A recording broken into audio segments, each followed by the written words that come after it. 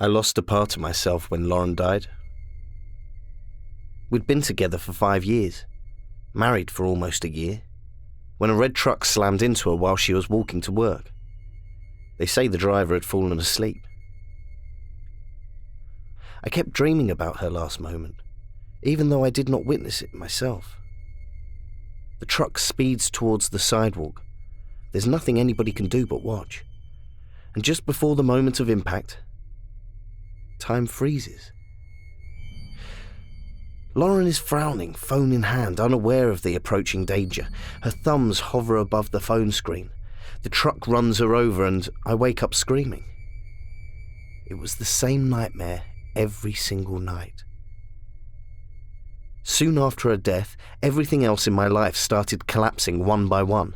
I started drinking heavily, lost my job, fell out with my parents, avoided my friends, crashed my car. The list goes on. I was in a dark place and people around me were faceless shadows. I didn't care about anything anymore. That's when they noticed me. I don't know exactly who or what they are, but I'm pretty sure they were circling around me for some time, like vultures. I started noticing these odd people. They were watching me from the distance at first. They looked sick, with pale skin and dark circles around their eyes. There was always at least one of them wherever I went, on the street I live in, or outside the grocery store, or on some balcony looking down, following me with their tired eyes. It was a Sunday, I think, but when you don't work, every day is a Sunday, when one of them finally approached me. It was a bony old man. He still had a few patches of grey hair holding onto his scalp. He looked like a walking skeleton with skin attached, swimming inside a shirt that was a few sizes too big. At first, I thought he was going to ask me for money. "Don't answer their questions," the old man said. His voice was weak, but I heard him clear enough. "What are you talking about?" I asked. The man didn't answer. He stared at me for a long moment with his grey, clouded eyes, and then just walked away. Fast forward a few days. I was sitting in a bar drinking away my savings when another weird guy took a seat next to me. He was a large and round man in a black suit, the polar opposite to the old dude that had given me the cryptic warning. My brain struggled to think if I'd seen him somewhere before. Maybe he was at the funeral.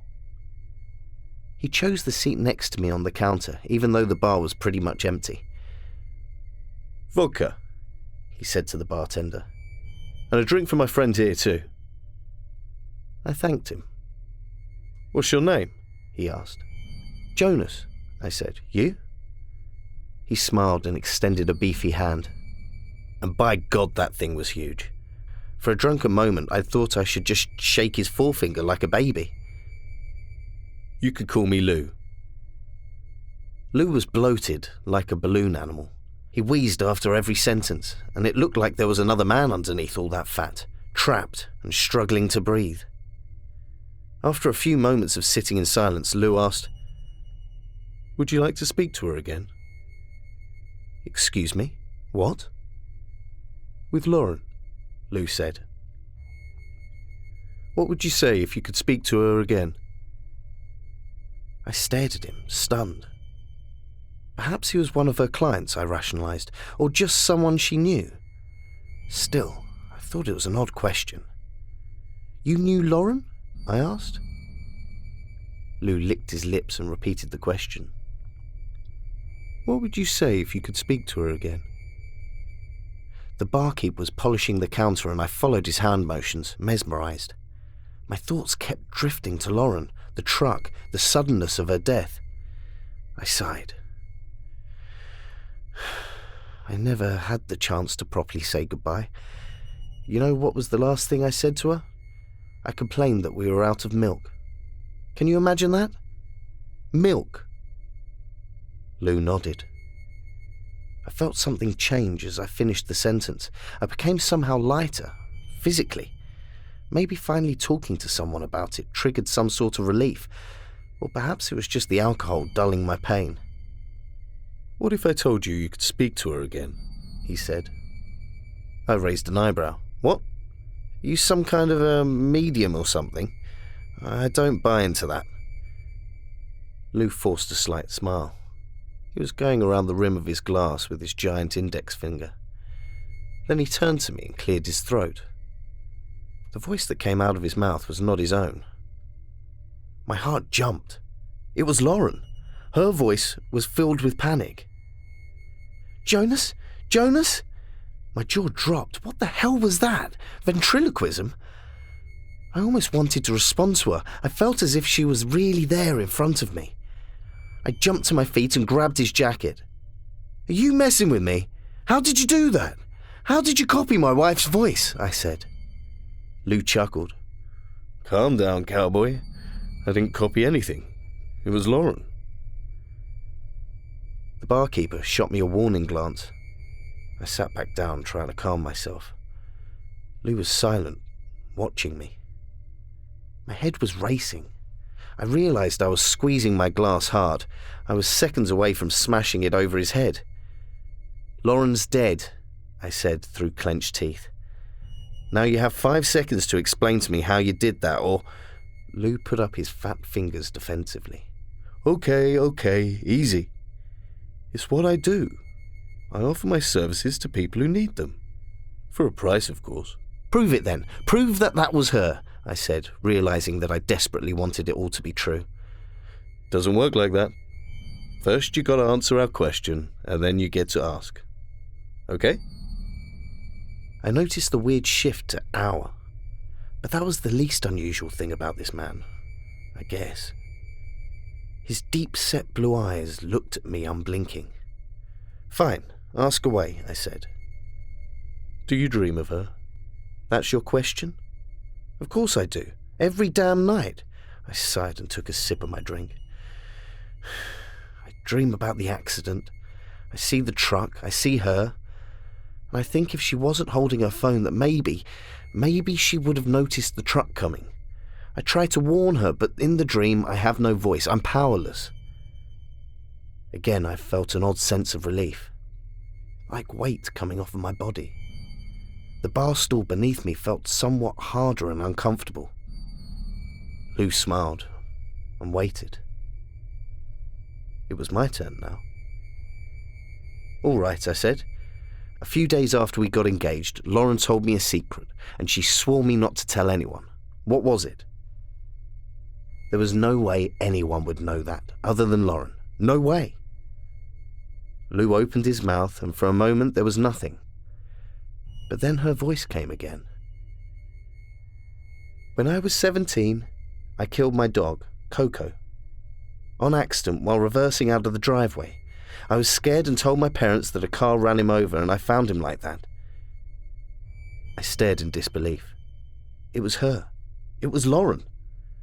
I felt a jolt of excitement for the first time in weeks. I raised my arm to call for another round of drinks. The movement felt so weird. Then I noticed it. My right hand was thinner than before, way thinner. The bones on the back of my hand were more pronounced. My other hand, in contrast, looked normal. I rotated the scrawny hand in front of my face, staring at it in confusion. When I pulled back the sleeve of my jumper, which was sagging more than it should, there was another surprise waiting. The forearm also got significantly thinner. It dawned on me. I looked back at Lou.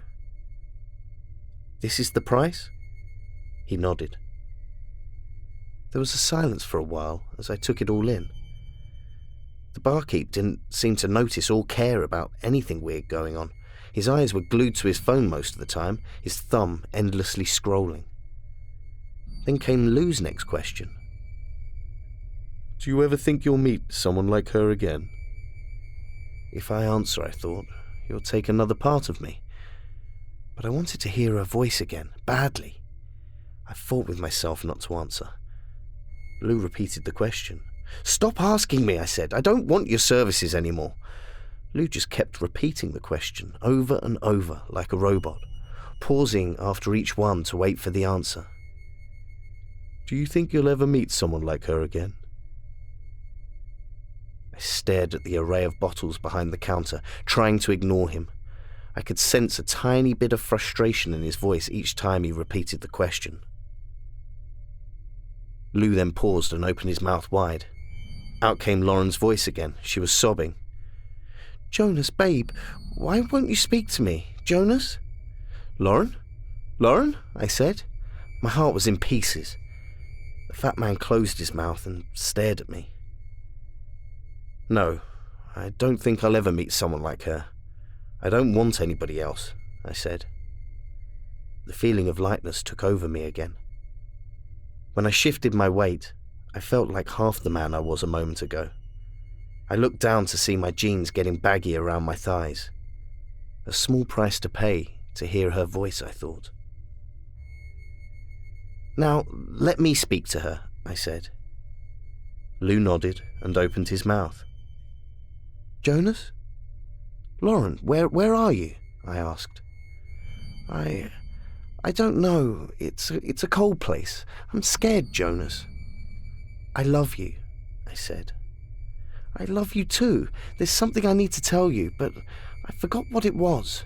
It's important, I know it is." "What? What is it?" "It's difficult to think here, with all these cats constantly fighting." "Cats?" Lou interjected. "That's enough for now." I frowned at him. "Let me speak to her, damn you, whatever you are. What was that about cats? Where is she?" "Answer our question first," said Lou. He smiled. He had me in his palm and he knew it. "Would you like to visit her?" We stared at each other for a moment. "What do you mean?" I asked. "I mean what I say. You visit her, have a chat, come back." "Visit her where?" Lou paused and then repeated the question. "Would you like to visit her?" I wanted more than anything to have a chance to talk with Lauren again, but some part of me screamed not to do that. I wasn't afraid of losing more muscle and fat. Hell, I could live as a skeleton for all I care, if only there's a way I could be with her again. Lou kept repeating the question, hunger gleaming in his eyes. Just one word, and I would be with Lauren again. I was about to say yes, but before I could mouth the word, the screen of my phone came to life. It was a text message. From Lauren. I grabbed my phone and stared at it in disbelief. "Don't answer their questions. Stop talking." Panic and confusion started seeping in, but I knew I had to listen to Lauren's warning, no matter what. I did my best to ignore Lou and tried to pretend he wasn't there. It was difficult.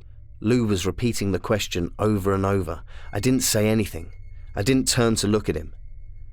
When Lauren's voice came again from the man's mouth, pleading for me to come with her, I covered my ears with my hands.